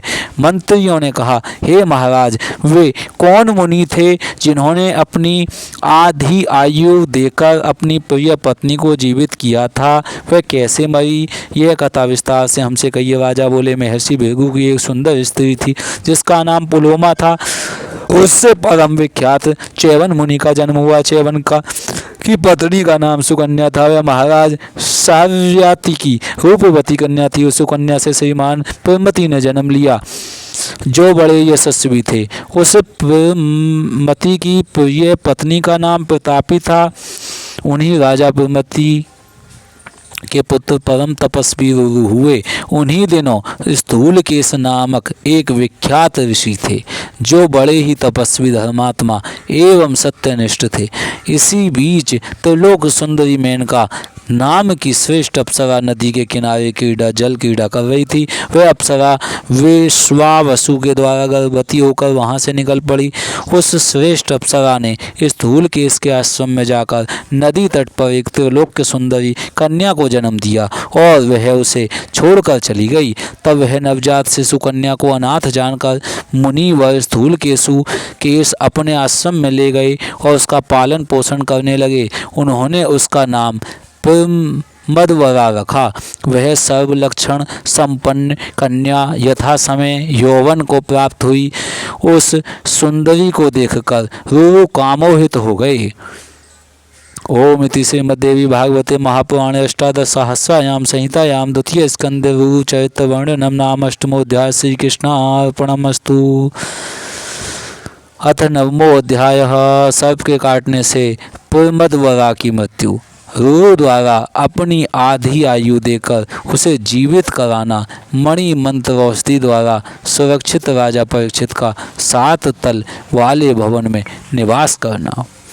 हरि ओम नमः शिवाय। हरि ओम नमः शिवाय। हरि ओम नमः शिवाय। हरि ओम नमः शिवाय।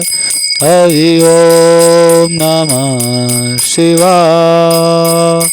हरि ओम नमः शिवाय। हरि ओम नमः शिवाय। हरि ओम नमः शिवाय। प्यारे भक्तों, नवमो अध्याय। अब आप 9वें अध्याय की कथा तक पहुंच चुके हैं। श्री कृष्ण अर्पण।